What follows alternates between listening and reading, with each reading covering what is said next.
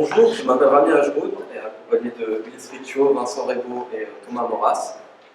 Aujourd'hui, on va vous parler de jeux vidéo et de notre projet. Il faut savoir que le jeu vidéo et son industrie, c'est l'une des premières industries culturelles devant l'industrie du cinéma, et que c'est très très important au niveau du chiffre d'affaires. Et c'est en partie pour ça qu'on a décidé, sur une idée originale de mon collègue Ulysse Riccio, de créer un nouveau jeu vidéo qui s'appelle Timeline Kino. Créer un jeu vidéo, c'est un projet ambitieux, et on nous l'a dit et répété. Seulement, on n'est pas de ceux qui se posent par rapport aux problèmes, on essaye de trouver plutôt des solutions et d'avancer. C'est pour ça qu'on a pris comme exemple des jeux indépendants qui ont réussi.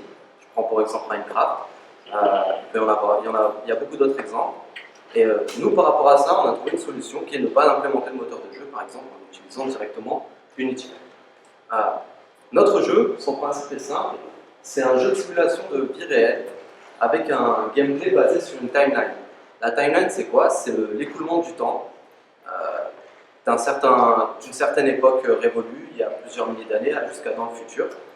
Quand vous vous connectez au jeu, vous vous retrouvez immédiatement dans le monde réel, c'est-à-dire à notre date actuelle. Vous pouvez remonter dans le passé et visiter le Moyen-Âge, par exemple, ou alors changer un événement et créer un embranchement dans le temps sur lequel le simulateur, le moteur du jeu, va prédire en fait ce qui va se passer dans votre branche et dans votre temps.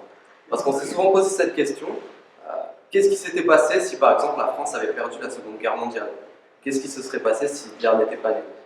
Ce jeu va nous permettre de répondre en partie à ce genre de questions et avoir des raisonnements logiques, scientifiques par rapport à ça. C'est pas seulement un jeu, en fait c'est un peu plus qu'un jeu, vu qu'on va pouvoir étudier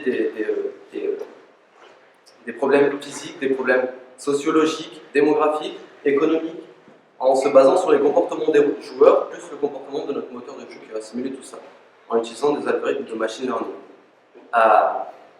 Un exemple concret de joueur, ce serait par exemple l'un d'entre nous. On joue tous aux jeux vidéo aujourd'hui, que ce soit sur tablette, PC ou console.